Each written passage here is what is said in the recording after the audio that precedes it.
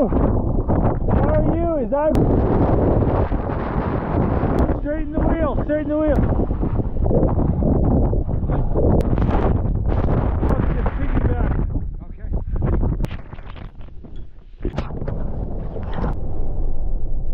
The drifts are so bad, I've got to run out and scout ahead.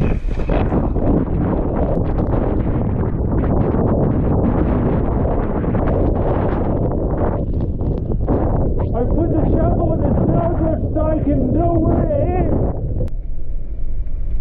Oh, that was some sketchy stuff. There was just the smallest window through that snowdrift. I had to go and run about 50 feet in front of the car and put my red shovel in the snow. And I'd use that as a target to aim for the path. And I'd get there and I'd run back and go another 50 feet. And if you got off 6 inches to either side, you were done. But by doing that, me and everybody that was behind me was able to get through the snowdrifts.